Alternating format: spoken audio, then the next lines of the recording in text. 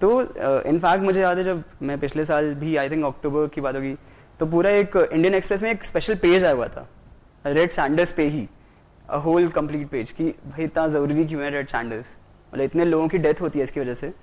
तो वहाँ आंध्र प्रदेश वगैरह की साइड क्या होता है, smugglers, police actually shoot smugglers. तो उस टाइम पे क्या होता है, एक फेक केस आ गया था कि मतलब उन्होंने शूट आउट कर दिया और ये क्लेम किया पुलिस ने कि वो रेड सैंडर्स स्मगलर्स थे, लेकिन वो निकले नहीं थे या ऐसा कुछ था। तो इस वजह से बहुत ज़्यादा एकदम से न्यूज़ में आ गया था कि आप वहाँ पे स्मगलर्स को सीधे like you don't have the right to kill, आप सीधे स्मगलर्स को ऐसे मार नहीं सकते, है ना। तो इस वजह से बहुत न्यूज़ में था। तो this could be done, red Sanders. Then proper design and effective implementation of UN REDD plus program can significantly contribute to. So किसी ने थोड़ा सा देखा होगा तो UN REDD वाला तो reduced emission from deforestation and degradation है ये। तो अब अभी पढ़ाई के टाइम पर जब आप स्टडीज़ करेंगे आपके न्यूज़ पेपर में आएगा ही आएगा ये REDD, नहीं तो आप कहीं ना कहीं मैगजीन में पढ़ेंगे या कुछ ना कुछ होगा, राइट। तो आपको बहुत ज़रूरी है कि आप वही मैगजीन देखते रहिए अपने हिसाब से। तो RED is necessary. Important question हो जाता है फिर ये, एक ही reduced emission from deforestation and degradation, फिर तो नाम से ही पता चल गया सब कुछ कॉमन सेंसिकल है। प्रोटेक्शन ऑफ बायोडाइवर्सिटी होगी, रेजिलियंस ऑफ बायोडाइवर्सिटी होगा और पॉवर्टी रिडक्शन होगा, right, it's all common sense. फिर ग्रीन हाउस गैस प्रोटोकॉल, इसमें वही है, आप गूगल करिए सारी ऑर्गेनाइजेशंस को तो कहीं ना कहीं आपको ये नाम मिलेगा, तो उसके थ्रू आप जान सकते हैं। थोड़ा सा कॉमन सेंस से भी कर सकते हैं, लेकिन इतना एलिमिनेट करना ऑप्शन मुश्किल हो जाता है, 2 ऑप्शंस में आके अटक जाएंगे। पढ़ना ही ज़रूरी है, गूगल करना पड़ेगा। With reference to agenda 21, agenda 21 तो बहुत ही बेसिक है। आप कहीं भी पहला खोलेंगे, आप इंटरनेशनल ऑर्गेनाइजेशन सर्च करेंगे, सबसे पहले एजेंडा 21 आएगा, क्योंकि वो UNFCCC वगैरह everything follows from agenda 21 only, everything actually sustainable biodiversity में। तो इट्स pretty obvious एजेंडा 21।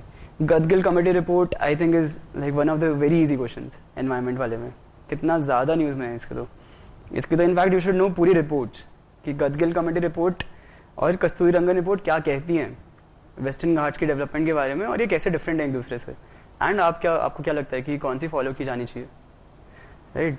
इसमें एक्चुअली पॉलिटिकल इंटरफेरेंस का भी आता है, क्योंकि कस्तूरी रंगन जी ने कहा था कि बहुत सारा प्रोटेक्टेड जोन रखो, लेकिन फिर सरकार ने कहा कि नहीं हम इतना, मतलब उनको लगा कि ये सही नहीं रहेगा, तो उन्होंने एक और कमीशन बना दिया गदगिल जी का, और फिर उन्होंने कहा कि नहीं अच्छा प्रोटेक्टेड एरिया कम रखते हैं, तो फिर गवर्नमेंट ने कहा कि हाँ ठीक है अब ये वाली रिपोर्ट चाहिए, right.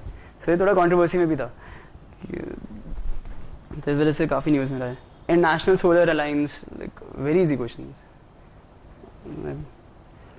Air quality index again इतना ज़्यादा न्यूज़ में है पॉल्यूशन की वजह से, तो यू शुड नो ना कि एयर क्वालिटी इंडेक्स में क्या क्या चेक हो रहा है, कहाँ पे ज़्यादा है, कौन से इंडिकेटर्स चेक किए जाते हैं। यही नहीं पता तो हम कैसे समझेंगे इसको कि एयर क्वालिटी ख़राब हो रही ना। Every region has in fact different poor indicators. Street butterfly, मुझे पता नहीं कितना करंट अफेयर्स में था, बट था क्या करंट अफेयर्स में बहुत ज़्यादा ये स्ट्रीट बटरफ्लाई। एक क्वेश्चन है ना स्ट्रीट बटरफ्लाई पर, हाँ, तो was this in the current affairs? नहीं।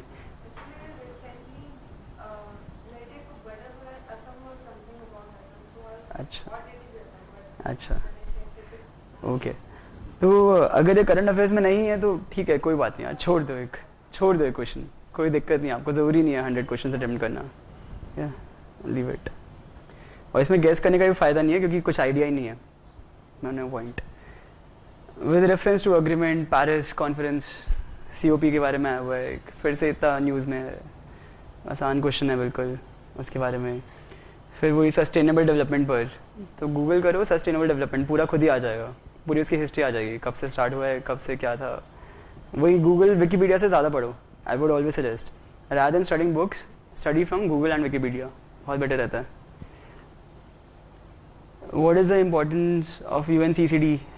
अगर किसी ने पहले कोई सीरियसली प्रिपेयर कर रहा होता है तो उसको हमेशा पहले के क्वेश्चन देखने चाहिए पिछले सालों के, ठीक है, उनको ढंग से पढ़ना चाहिए।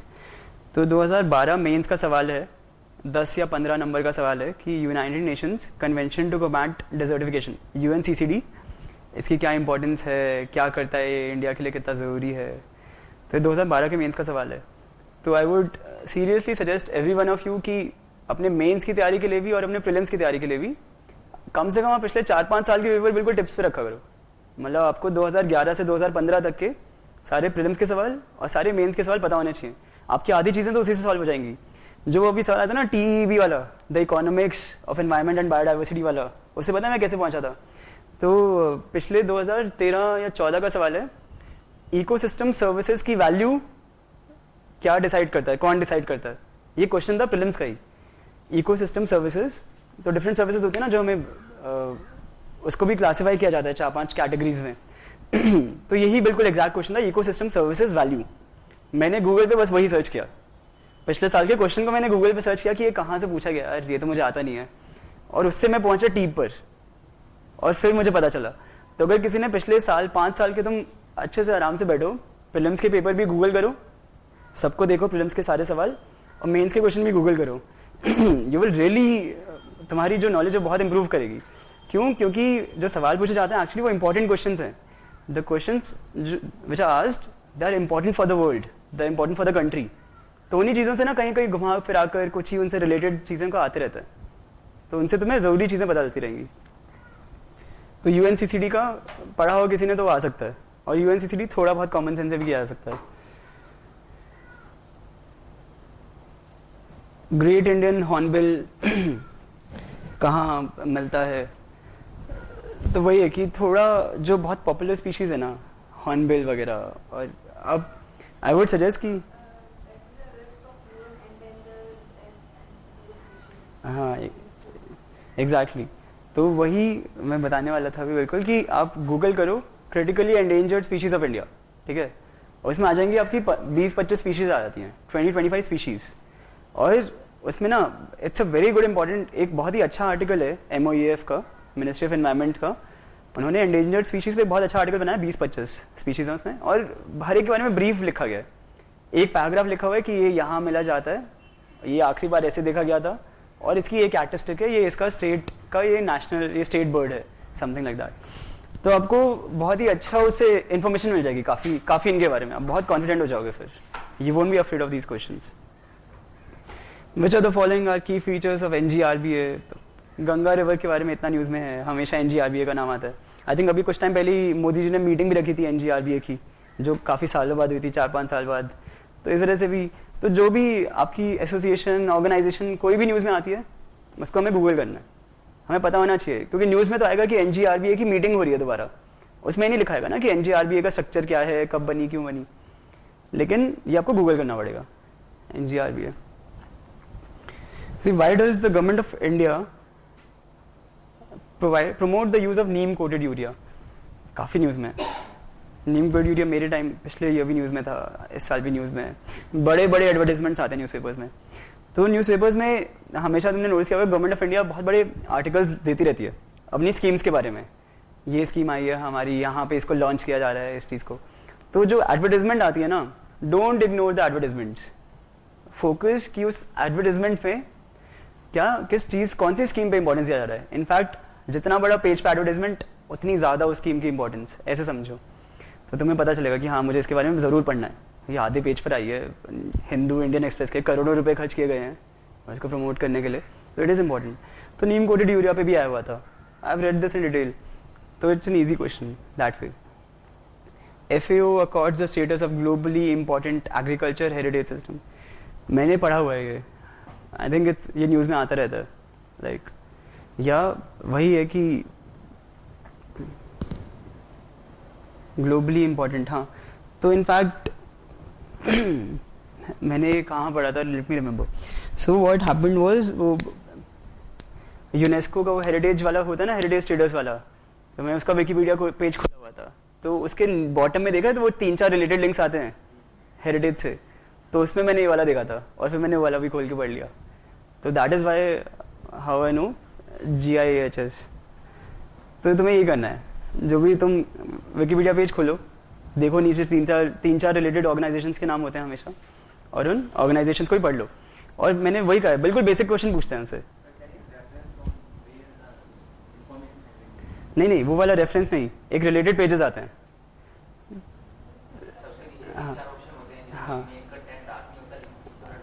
हाँ हाँ, तो मतलब उससे हमेशा आएंगे। तुम जैसे UNFCCC अगर तुमने खोल लिया तो उसके नीचे लिंक होंगे, क्योटो प्रोटोकॉल के भी होगा, सबसे बॉटम में क्योटो प्रोटोकॉल भी होगा, ऐसे ही 2-3 और कन्वेंशंस के नाम होंगे।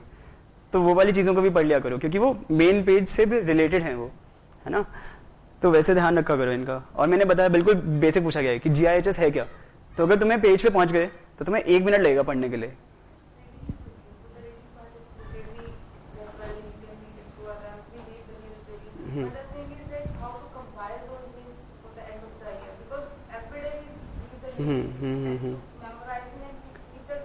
That's